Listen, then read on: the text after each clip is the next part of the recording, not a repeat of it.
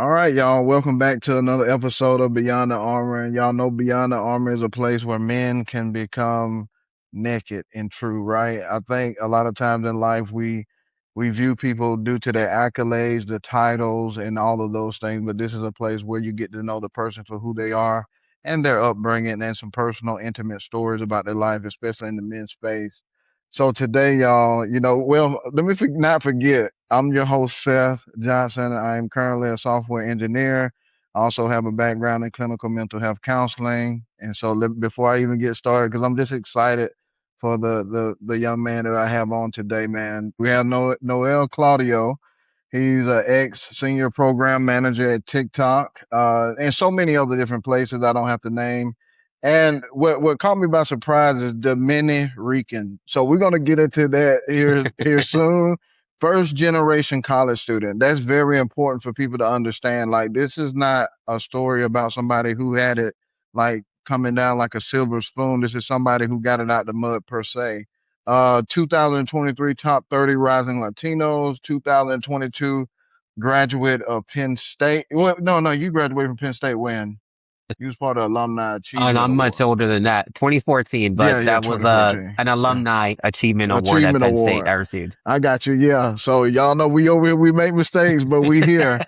So Noel, man, to get started, man, I have learned a lot about you. I've been following your story. I remember one day, just due to what happened in my past, your story caught me by surprise about some different events that happened, and we'll eventually get there. But tell the people a little bit about your upbringing, where you're from, and maybe some things about your childhood. Yeah, absolutely. And first and foremost, want to thank you, Seth, for this platform and for having me as a guest. And excited to be here.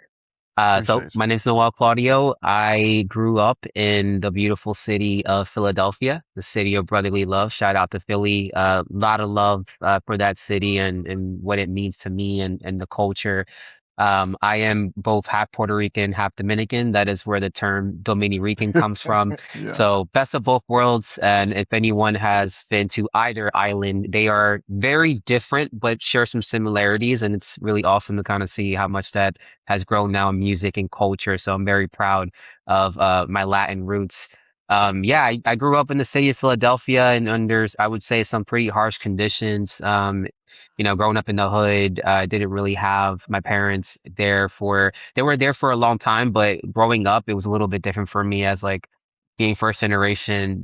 Both of them, my dad was a landscaper, my mom was a stay-at-home mother. So I just had to endure some of those challenges as well as a kid. And just, everything was just up. It was just like, so what do you want to be? Who do you want to become? Where do you Right. want to go? And yeah, I'm just like very grateful for them, and I definitely share more. But currently today, I live in San Francisco. As you mentioned, I've been working for over 12 years now in corporate since I've graduated from Penn State in 2014, and had the privilege of also enduring and working through some very challenging environments. But being able to work in consulting and tech and reach the peaks of Silicon Valley is something I'm very grateful for. Yeah, man. Like you said, man, growing up in Philadelphia, especially in the hood. And when I look at the news today, I see a lot of crime and things going on in Philadelphia. And first and foremost, man, tell me, how did you shape your mindset to want to become something other than what the hood per se produces, right? Because usually we assimilate to our environment. So what kept you away from the environment and wanting more for your life? Honestly, my mother had a big thing to do with it because unlike, a lot of kids in my situation was just so different because my mother was a stay-at-home mother throughout her entire life with me. And we weren't even in a fortunate situation, right, where she could do that. It was just more that she was an immigrant from Dominican Republic and she just cared so much about her kids and wanting a better future for them. She was pretty rough on us, Yeah. my brother and I. She was specifically just in a mindset of study, education. I want you to not do anything crazy, right? Don't get yourself into, drugs and gangs and all these different things that you're exposed to at a young age, and especially in a city like Philadelphia. So that was a good portion of it where I was, very fortunate to have my mother there whenever there was anything, everything was a learning lesson, right? I got in trouble, something, she would tell me, hey, focus on your school, your grades, right? Like, so Yeah. she was a big part of that. The other part was just me as a person. I think my dad and my mom both being very humble parents, were so big in just showing me that there was so much you can still get to life, even if you don't have uh the financial support, right? Even if you don't have all these things working perfectly, it's just how you treat people, and how you're constantly trying to learn, right? Even through dark times. So that kid just kept me focused as a kid. I never wanted to get in trouble. I wasn't that person trying to pick fights or anything like that. I was an honor roll student, and it was tough. Don't get me wrong. Like, you grow up with friends, right? You meet communities, but I was not one of those kids. I was a kid who was just very disciplined on wanting to do something that my family has never had the chance to do, and that was to go to college and graduate and become a professional. Wow, man. Yeah. So your father, I saw a picture of your father doing landscaping, and you said something, and like I'm deep into mental health, especially for men, exactly. And how he took the picture, he was proud of his work, but you could tell that he had a lot probably on his mind. And sometimes as men, we have um some duty, right? It feels like the weight of duty sometimes can become overbearing, because a lot of times I think we carry more things than we're supposed to carry. And so for your father, man, what type of man was he? He was probably the most nicest, humble person I've ever known throughout my entire life.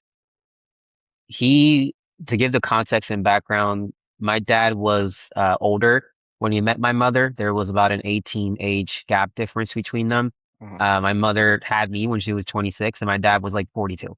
So just to give context there, my dad had been through a lot in his life, and he's not here, of course, to say this, but I actually I know from his history a little bit. He himself has dealt with mental health challenges and problems throughout his own life as well. He was previously married, and he has kids, and I have half brothers and sisters as well. So what ended up happening is, I think when it got to raising me and my younger brother, my dad changed as a man.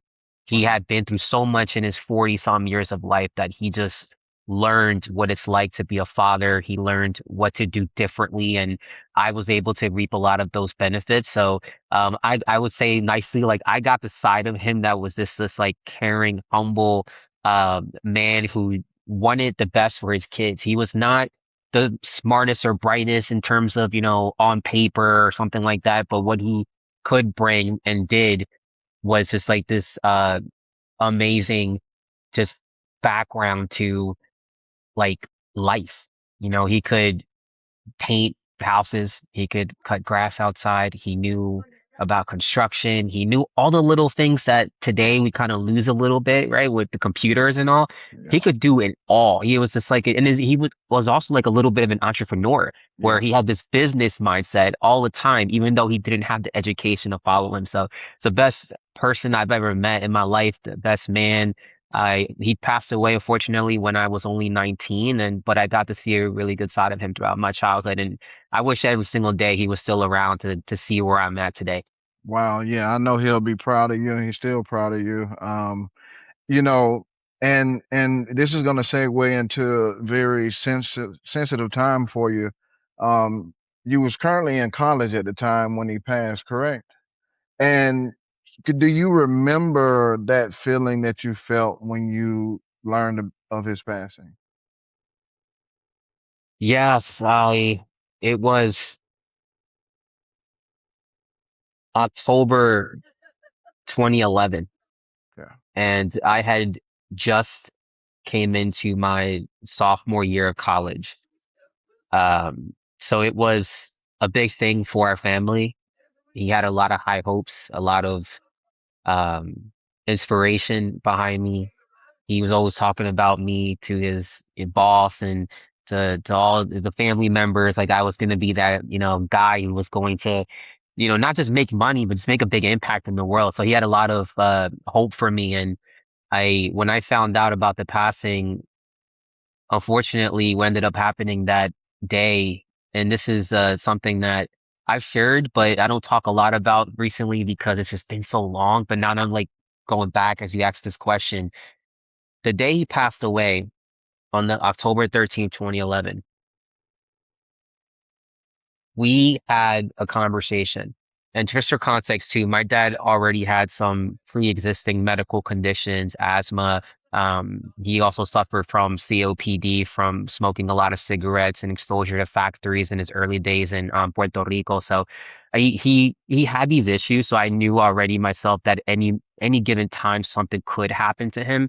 Yeah, And it was very, very cold this day. It was freezing outside. There was so much happening that like, in the natural side, you kind of think about it, and you're just like everything just that day's a blur, but it's also like I remember every little detail too, where I had a conversation with him and he's asked me for the first time since I entered college. That same day he passed away.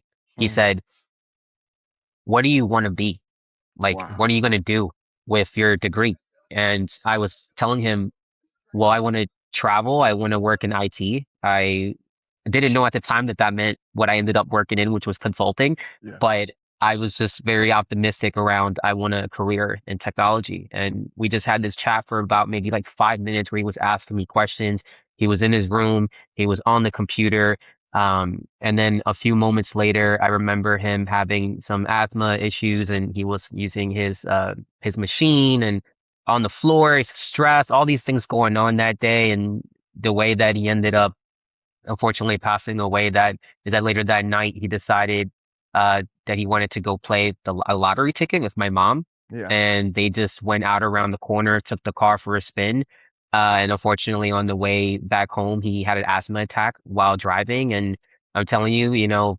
for those who believe in God, and I definitely do, somehow he was able to come back, park the car in the alleyway behind our house, and then he passed right there, taking care of my mom there Mm, at that same time. So that night became one of the worst nights very quickly because all I heard was my mom screaming and coming in, saying my dad had passed away. And my younger brother, who's 3 years younger than me, was still sleeping in his room. I was studying for a midterm for the following day as well in college.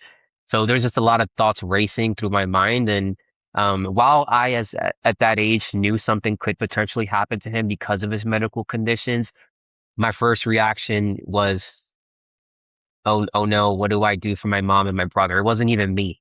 I yeah, was just trying to hold it all in being 19 years old. And, we'll probably get into this. yeah. That was very different experience than on the other side when I lost my mother. Oh yeah, yeah, yeah. I definitely, yeah, man. I know it's a totally different experience because biologically how we're wired, especially you have a mother. So that I like to give context around this because some people have mothers that they may not grew up with or didn't have a great relationship with. But when we talking about losing a mother, which I lost last year on Valentine's Day, which will be a day Mm. that will always be, remembered every year, Hmm. but when you lose your mother, it's definitely a different emotional response than possibly you losing a father, and we will get into that. Um, Penn State, man, listen, that's my favorite college as far as wrestling. Kale Sanderson, man. He's a man of integrity. I've been following Kale ever since because I was state champion in high school wrestling and I wrestled and stuff like that. And I just love the way Kale, he is not about so much the success of the program. It's more about what he gives to those young men. And that's that faith piece that I think is very important. I'm glad you mentioned that so I can talk about it respectfully. Yeah, that faith piece that we all need. But tell me about Penn State, man. It was amazing. It's the best choice I could have made in my life. Forever grateful. First of all, Penn State has one of the largest alumni networks in the world. So wherever you go, you will probably meet someone who went to Penn State, which is really exciting. But as a young, just student, first generation, I went 2 years to Penn State Abington first, which is a branch campus of Penn State, not too far from Philly, Yeah. and that helped me as a college student. I will say it helped me a lot because I don't know. God only knows what would have happened if I would have went straight to Penn State main campus as a freshman. It's two different worlds. You know, I went Yeah, to 2 years in small classrooms, building up my finances, GPA, maintaining good grades, all of that. And then when I transferred my junior and senior year to Penn State University Park, which is of course the in-state college, the wrestling team, the football team, so much going on during that time when I was in school. It was just a different world. I went from small high school and then college in Philadelphia to then a school with over 50,000 students. So, you know, of course I had all my fun as well. I was, you know, the parties, just going out, all those things yeah, where, you know, you do as a college student. But the biggest thing for me was to learn how to grow up into being a man, yeah, you know, and taking care of bills and responsibilities. All of a sudden, I was responsible at Penn State for paying rent, you know, had yeah. roommates. I had to eat. I had to learn how to cook, even though I'm still not the best at that, right? That there's just still things that like, you know, you have to go through naturally. And Yeah, also at that time, my mom was still around. So it was also giving back to her, right? Whether it was through work or, you know, just being able to have conversations with her around what it was like when I was at Penn State. And she showed so much love and support, even though she had no idea what I was doing in terms of studies or anything, right? She just knew that I was making her proud. And it was a tough situation for me too, because you know, going to the point of losing my dad in yeah, 2011, yeah. I transferred to Penn State main campus in 2012 Oh, in the summer. So what that means is my dad had passed away. I left behind my mother and my younger brother, who was in high school, 3 years younger than me at the time, to go move 3.5 hours away to Penn State main campus for the sake of I thought that was going to be the best opportunity for me to grow as a person, but to also to get potential good jobs as well, given the exposure and how big the campus was to so many resources. The hardest thing I had to do, man, was just like leave my mom who was grieving yeah. at that time and my younger brother who's still, you know, coming up on his own because I thought this was the best and ended up paying off, which I can get into, but I thought this was the best way that I was going to be able to eventually 2 years, give me 2 years and I'm going to graduate and I'm going to come back and I'm going to bring something back to you both. And that's kind of just how it felt. Yeah, for sure. Because you ended up getting a job, a position, I think at Deloitte before your senior year. So it seemed that it actually paid off, right? And I think that's I call it like forks in the road, right? Like you have this life and you have like this mission in front of you, and then you can either go right or left, right? And sometimes when you go the wrong direction, of course, with us in our faith, you know, we'll get steered back eventually, but how much time do we waste in the wrong direction? When you made that choice, yeah, I want to go back to that part. When you made that choice to like even though I got a grieving mother, even though my dad just, you know, he's not here anymore. And then I have a younger brother that's trying to figure out who he is, and he's looking up to me. What was that drive to just say, no, I'm going, I'm going to be successful, I'm going to make it? Was it part of that spirit that your father instilled in you, and in that part that your mother trusted what you was doing, or what was that thought? It's just the moment my dad passed, Yeah, I did something completely different than probably than normal. And I know, you know, with the experiences you have as well, that every person reacts and grieves differently. There were yeah, two things that I did. One, weightlifting, working out, the gym was a great way for me to relieve my stress. And yeah, then the second part was every single thing I did from that moment he passed was to honor him. So I had this just drive to just keep going. There was nothing that was going to get in my way. And not just because I was a first generation college student, but because I was a first generation college student who was grieving the loss of his father at that same time. And being in a spot where there's no roadmap, there's no playbook, there's no map. You're on your own. There's 50,000 plus students. There's a ton of competition for a job. I still believed in myself. And I knew that as long as I have my dad watching over me, yeah, that whatever I do is in good intent to lead to potential better outcomes in the future. So I was very much focused on, even though my mom didn't want me to leave, even though I had the choice of staying at home in Philadelphia and still taking care of her during these very hard moments and times, I still said, I'm going to do this because in 2 years, I'm going to get a job or less, and I'm going to then be able to truly take care of you. So nothing was going to get in my way at that time. Nothing. Like that anger I had and like the anger we have when we lose someone that we really love, you go through all the stages of grief, right? Yeah. But I took that like literally too. Like I pushed all of that into sports and just weightlifting, running, like just getting really healthy and trying not to take also that emotional bearing to remember that my mom is still alive and that I need to graduate. I cannot fail. That was just my mentality. I cannot fail. I need to graduate college. I need to become someone because we did not work this hard for me to have this one opportunity in front of me and then I just drop it. Yeah. Yeah, man. That kind of reminds me of like even myself. I end up when I first graduated high school, I had these scholarship football, but played around trying to figure out who I was. I didn't have my father in my life at that time, so I didn't have that kind of discipline or understanding what it was like. And so I was playing around in college and all that stuff. But I ended up going back at 27, got my undergrad, just finished my master's last year, as we talked about Oh, before. But it's that dog in you, right? We got to be for real. It's that dog, man, and it's that piece of you that's like, like, man, I don't, I'm gonna have to die in order not to, in order to fail, because I'm well, not gonna. Yeah, a lot of going back to what we started this conversation with, right? yeah, Philadelphia.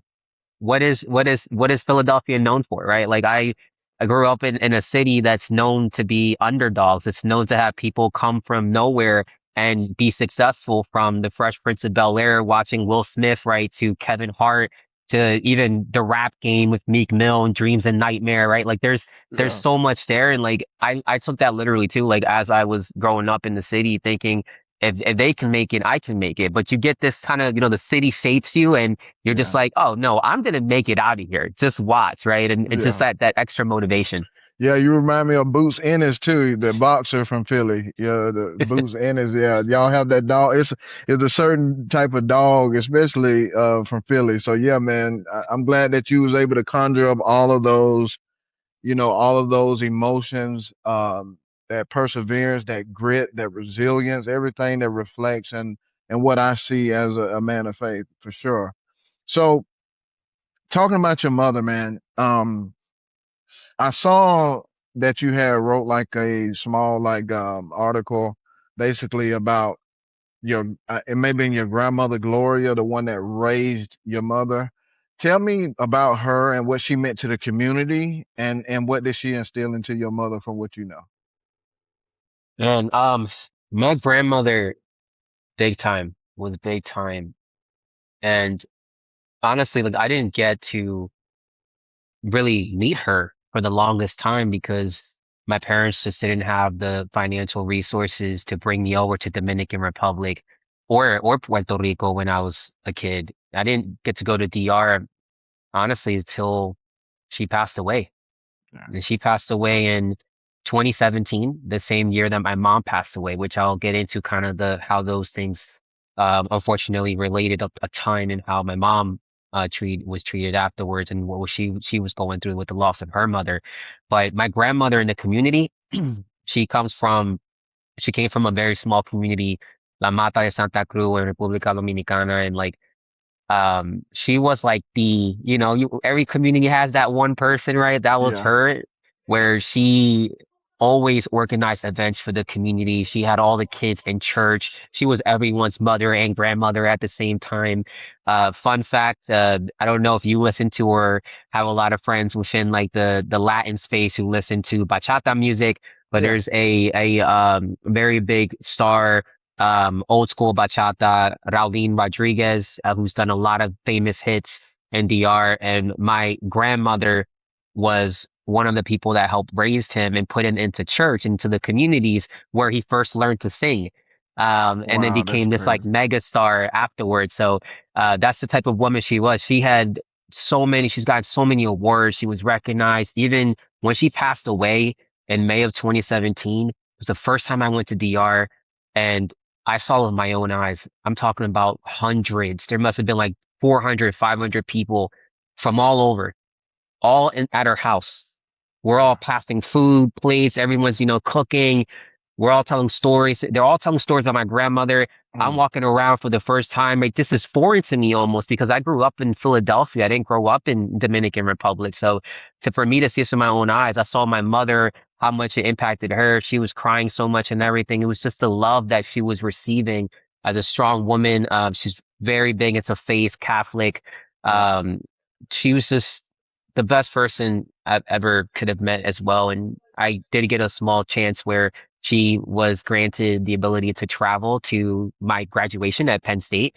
So her first experience going to the United States, even I think at that time she must have been like, I don't know, late 80s, early 90s, was to go to my graduation at Penn State. She didn't understand a single word of English, but she was happy and proud, and it just made the experience so much better for me. Wow, man. Yeah, so I saw that picture and I kind of knew some context around it, but wow, man, I didn't know that that was pretty much your first time really getting to, be with her. And then the next time, of course, is when you traveled over there and after she was laid to rest and being able to see the impact that she made. And, I see a lot of that in you, like the impact that you make for people who are going through a tough time. And even in your situation, recent situation, you're still finding ways to encourage other people, and I just find that fascinating because I always been that type of person, but that's not a natural thing. That's not normal. And so my mother herself, she was a social worker. She was a single parent. She raised me and my brother, and she was big, just like your mom, big into education, big into you doing the right thing. Don't go out there and do drugs. And I still was out there being a fool at a young age, but eventually I got steered back. I believe in Proverbs 22:6, raise up a child in the way they should walk. When they grow old, they won't depart from it. And basically, it's meaning like even though I may go out there and bump my head, eventually I'll come back to that solid foundation that they raised me on. And that same thing for you. Yeah, man. So later that year, 2017, Christmas get together, family, your mother, everything seemed fine. Take me from that point until the 28th. Yeah. Yeah, by the way, I just got to shout out your research. It's incredible because you've got the entire timeline, everything figured out. So Yeah. um I you could you could write the perfect book after this because 6 months prior to December, right, I lose my grandmother. So my mom, as we're talking about grief and mental health, there's a difference between you are grieving yourself over the loss of your parent and then seeing from the other standpoint of then your parent grieving the loss of her parents, right? And it's just an entirely different thing. So I'm seeing it from two sides. I'm seeing my mom still grieving my dad, and then also her grieving her own mother. So imagine the feelings that I would think if that happened to me. She was this complete a wreck completely. Like there was so many thoughts racing through her mind, and she was trying to get the proper help as well with therapists. And we had a little kitty cat. Like there's just like a lot of things that were there in place. However, my grandmom and my mom were tight at the hip. She called her almost every single day. She took care of her even from afar. Anytime I worked and provided for my mom, she would literally take that money, not buy anything for herself, and would give it back to her mom. So Yeah. my grandmother was such a big influence in her life. And when she passed away, I think my mom just went through, it was the last kind of heartbreak, right? And she endured for 6 months after that. She already had suffered from some heart issues as well. So um, it was hard seeing her go through it. And in December, one of the happiest moments I'll ever remember is during Christmas, our entire family from Dominican Republic who lives in New York. So I have an aunt, I have some cousins that live in New York. They came to Philadelphia Yeah. all traveled to spend Christmas with us. So it was the entire family was there together. Um, there was so much happiness going on right there. And just about a few weeks prior to that, my younger brother also announced that he was going to have his first child. So my mom also was ecstatic knowing that she was going to be a grandmother. All of these like, beautiful things coming together, and Christmas was just that time where we were all as a family there. And so one of the first times I ever saw her just like smile and take in the moment and enjoy. She was cooking for everyone, having a good time. We opened the presents all together. There were so many kids over. It was just an awesome moment that I'll always remember. And that was the last happy moment. My mom, everything was fine. Everything seemed normal with her, but I think like the elevated just like levels that of emotion that she was feeling, even happy emotions, Yeah. throughout that time may or may not have contributed. But a few days later on December 28th, which is now one of the worst moments I'll ever remember, is just waking up. My cousin was living with me at the time, and my mom was taking care of her child too. And just getting a knock on my door as I'm sleeping in my room and saying, something's wrong with your mom. And then just, the visual just walking to my mom's room, and I saw my dad when he passed, right? So I have seen this before, and it's just a stare. You're just like, she's gone. Like Mm. in that moment, you're just thinking, oh, let's call an ambulance. Let's see what's going on. Like she was gone. She was probably gone for a few hours, and just seeing her in the bed, she passed away in her sleep, had a heart attack. um, I don't know what else happened. Did you hear anything? Nothing over the night. I don't know. No one really knows how death really ultimately works. So it was just a heartbreaking thing for me. And at that moment, I had to do what I've done in the past too. Give a call to my brother. He was not living with us at the time. Let him know what happened, and just trying to process everything. And that could quickly turn from one of the greatest Christmas I've ever had to then one of the worst moments in my life 3 days later, and both happened during the same month. Yeah, man, that's a very heavy, heavy, heavy story. Um, to hear, especially after Eric, which is your brother, he announced that, she was gonna be a grandmother.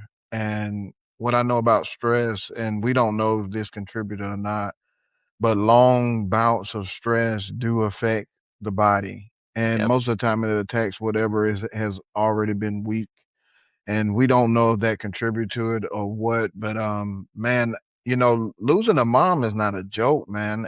And you experienced this before me, so me and you may talk after this one day to help strengthen each other, man. Because when I lost my mom last year, man, I mean, I hollered, man. Like it was like a moment. And I kind of joke about it to my wife and stuff sometimes. It was like Leonidas on 300, how he roared that one time, and it was like that.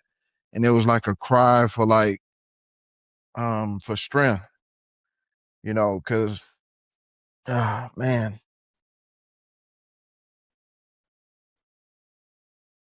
Yeah.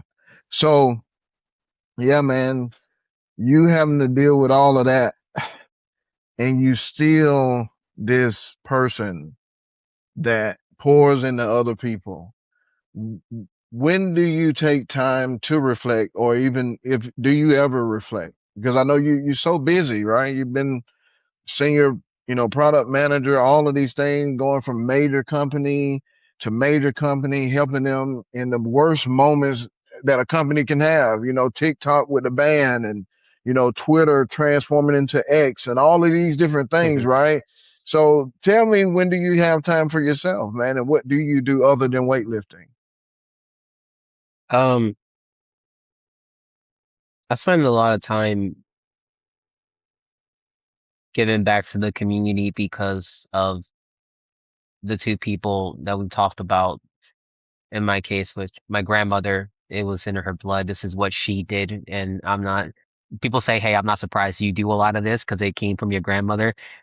And the biggest thing for me with my parents, my mom and my dad. And like you said, and I'm very sorry to hear about your experiences as well, because I do think the first year, year or two is the hardest.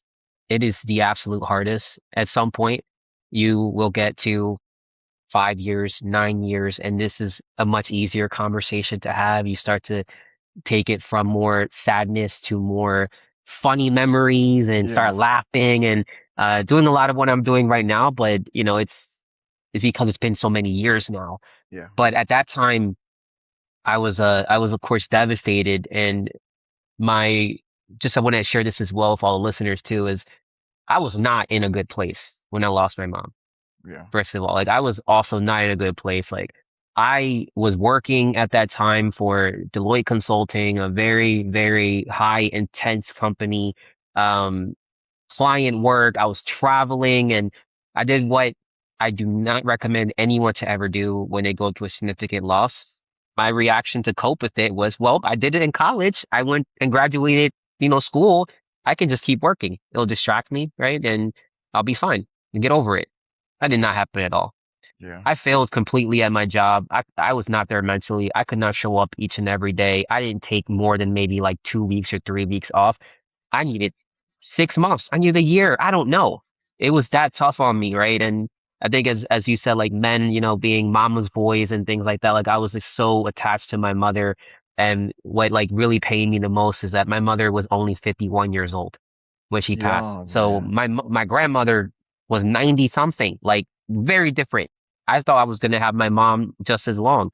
So it was a very, very tough challenge for me. And in terms of reflection though, like I reflect a lot. Like, and the way that I do that is through content creation and being vulnerable and sharing, on LinkedIn posts as an example of a platform, right? But it could be any platform, going to podcasts, just being out in the community and speaking, and then also just showing up to support others because I know that's something that my mom loved to do, and my parents, or my dad as well, always was helping someone else in need, even when we had, nothing to give.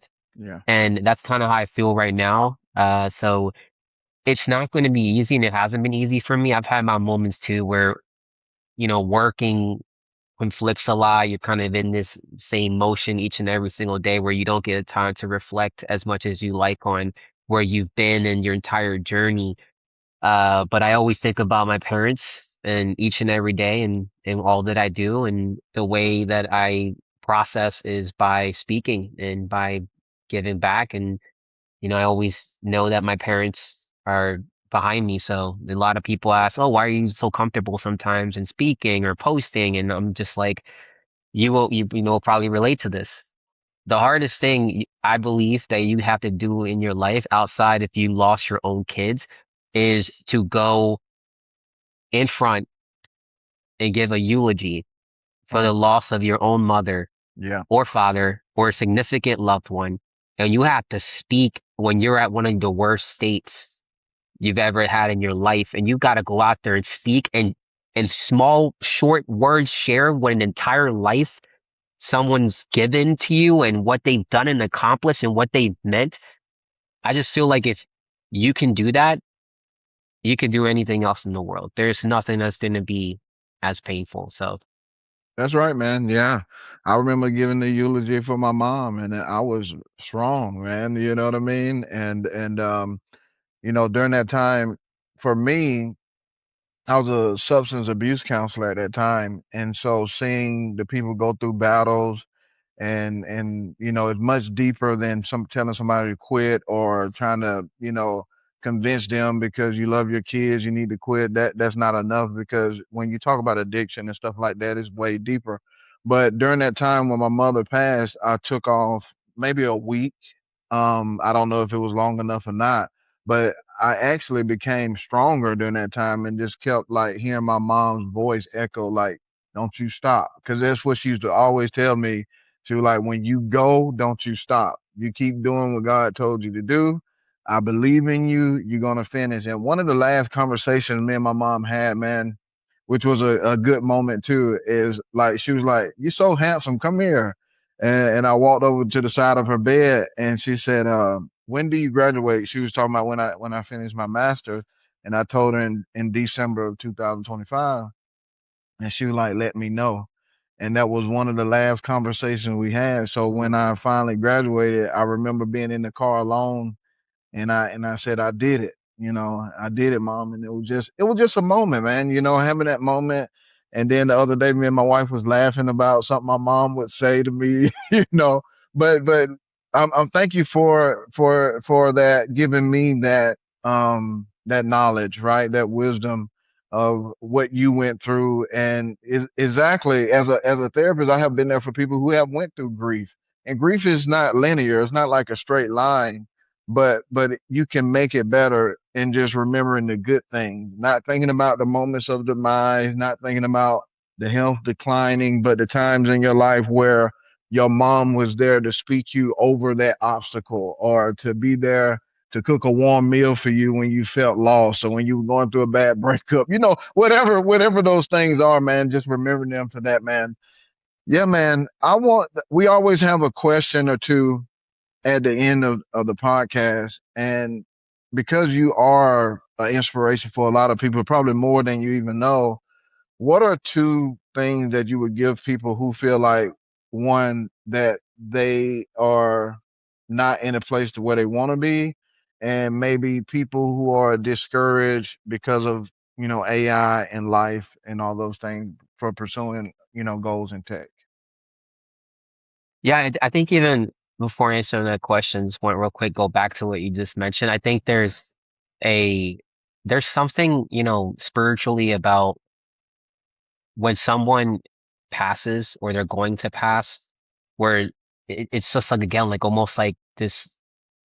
Sometimes you don't get this, right? But sometimes you may get, like in your case and even in my case, this perfect ending where it's a final conversation or it's a final action that you just didn't expect that would be the end, but you're just glad that that's how it ended, right? Like you had that final thing to hang up on. That's not what everyone experiences, No. but those who have had it, I'm not surprised because I mentioned my dad's conversation was a convo that I had with him where he was interested in what I was going to become.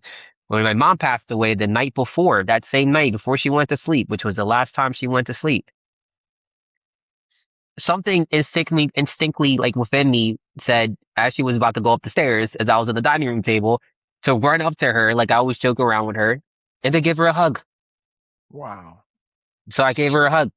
That was, and she smiled. She was on the phone talking to my aunt, but I gave her a hug, one last hug, and that was the last time I saw her, alive. So sometimes we just don't know, God has a plan for everyone and how things shape up, but there's a lot you can learn and kind of take in those final moments as well. So that's why I kind of segueing, believing in that, relationships matter.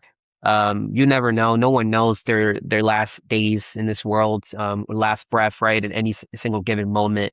So it's, treat people well, treat them with respect, and give back to others. And you're gonna have bad days, and that's okay, right? But just make sure that you see people for who they are, and not just what where they work at or what they do, but just like as a person, right? So two things that like I would say, well, one, anyone going through challenges, whatever challenge that may be, uh, I would say think about what is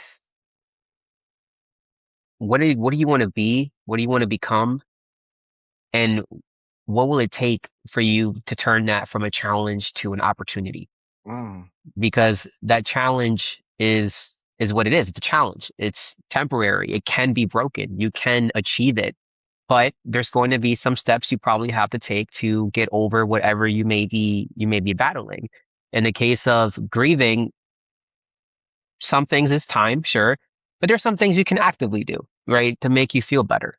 Meeting with your family members, reconnecting with loved ones, right? Like honoring, a loved one, right? And I think a lot of people focus too much on just what went wrong instead of, okay, I'm going through this. This is a hard time in my life. I lost my job. I, lost this person. I've been through so many. No one wants to talk to me. Whatever it is. Into let me change this and let me do something different. Mm, I'm not someone who maybe is very introverted. Let me go to a conference. Let me go out there and do this LinkedIn post, right? That that is kind of like something I would never do, but let me just go out there and see what could happen, right? And I think when you kind of change that into a positive over time, it becomes easier and easier and you kind of make it into a habit and it's a good thing. It's the same thing with working out and going to the gym.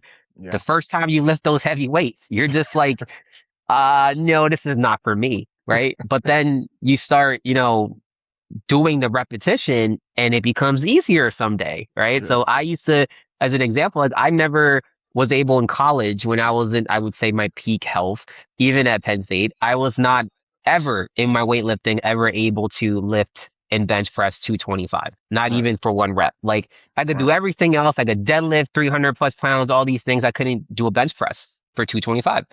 I'm now 34 and I can finally do bench press 225, even I if it's saw it. 3 reps, right? Because of something that changed in me a couple years ago to say, what you've been doing all these years is not working for this. Like, it's not just doing push-ups every day. Sure, it's your diet and all these things, but you've got to actually get on this bench press and push these reps and add more weight. Stop doing the same weight every week, right? Add more, challenge yourself, right? And when you don't have a spotter, like usually I do not, when you don't have a spotter, you're even more on alert because you're just like, I can't have this fall on me, right? So therefore, you have something more from your inner body and strength where you're like, no, I got to put this up or I'm going to embarrass myself here in the gym.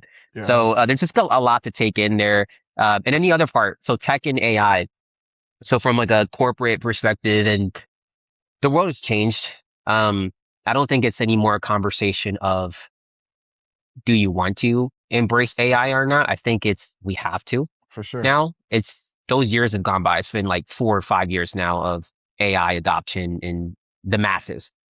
So while it's a different mindset and change, we as humans have gone through so many pivotal moments in time where from the dot com, boom to social media to AI, cloud migrations, like there's so many, and it's gonna be another thing. There's always something. Now, robots. So I live in San Francisco. I got robots, self-driving cars out here. Like there's, Waymos. There's so much going on right here. So I Yeah, think we just have to embrace it and use it to your to your strength and leverage rather than just sitting here and saying, oh my gosh, no, look at all the horrors. And let's say, okay, if you care so much about what AI can impact, guess what? There's an entire world where you can actually get a job in responsible AI. You could be that person shaping the policies and the narratives and for sure. how we, deploy safe systems. And if that's something you really like. So there's a lot of other opportunities you can take.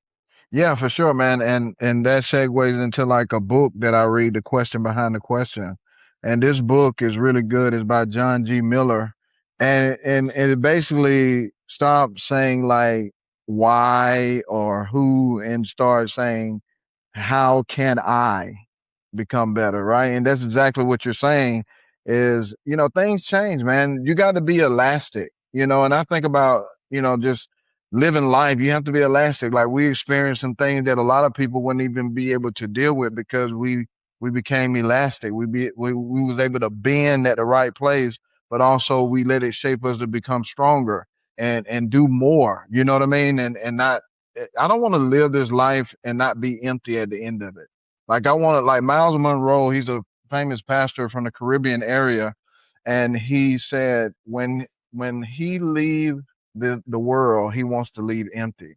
And that's what I live by. He wants every idea that God given him, every talent.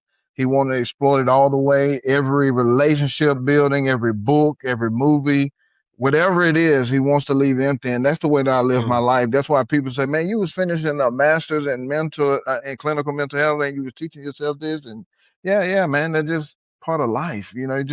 Just live, treat people with love and respect and live. Well, Noel, listen, man, I got to get your brother Eric one day. Hopefully he'll be over to it one day, man. And just from his perspective as well, I think it'll do the onlookers some good vision about you both, because both of your stories are very unique, but it also be funny it kind of draws together from his perspective and what he's been through, and him doing a great job over there as a he's a, product manager as well at JP Morgan, correct?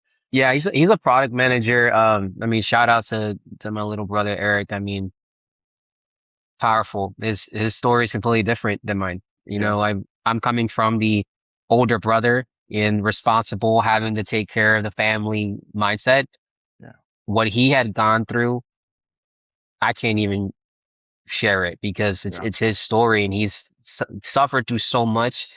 yeah, And I don't have kids yet, and I can't imagine what it was like to know your mom is about to be a grandmother, and my mom passed away before she was ever born.